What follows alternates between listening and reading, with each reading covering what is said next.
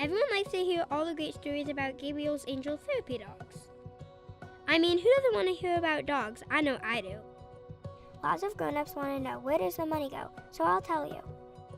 80% of the donations to Gabriel's Angels goes directly to the pet therapy program, and each team is $3,500 per year. So what does that mean? Nothing happens until there are pet therapy teams in place to work with kids like me. Recruitment goes on all the time. There is always a need for more therapy dogs to visit at-risk kids. But some of the therapy dogs already working get old and retire, and sometimes get sick and die. So every year they have to replace about 20% of the teams. Everyone thinks they have a great dog, but only certain dogs can be a Gabriel's Angel.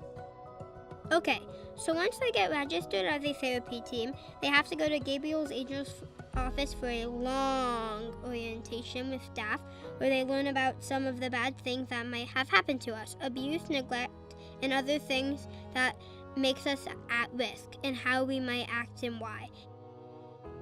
And they learn ways to respond to what they might see and hear on visits. It's really important to put the right team with the right kids. The worst thing that can happen is for a team to be mismatched and decide to not go back. Lots of us don't trust, and if the team isn't a good fit, that doesn't help us. Volunteer coordinators go on the first visits with new teams to make sure everything goes okay for everyone. The team is coached and know they have help every step of the way.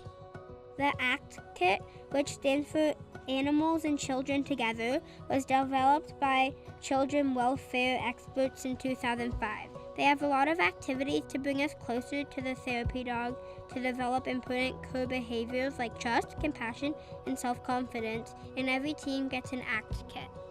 The volunteer coordinators go on visits with the teams throughout the year to make sure that everything is going okay. This is called management, and grown-ups know that this is important to get the best results.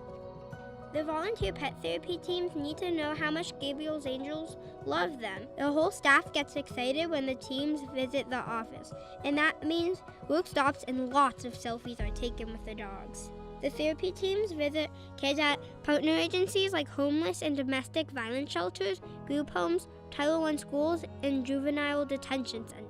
It's a big deal to have a great relationship with these agencies, and the staff needs training to understand what Gabriel's Angels does and why it's important for kids like me.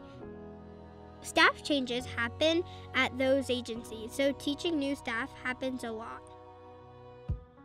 There are also new agencies that want to learn about how pet therapy teams can help the kids they work with. There's applications, affidavits, copies of fingerprint cards, copies of the therapy team's registration and expiration dates, and references. Gabriel's Angels stays up to date on research and anything new in pet therapy by reading and going to meetings. A lot of work goes into having pet therapy teams visit the partner agencies, and it takes a lot of money to make that happen. So while 80% goes to all of the stuff I told you about, really 100% goes to helping kids like me.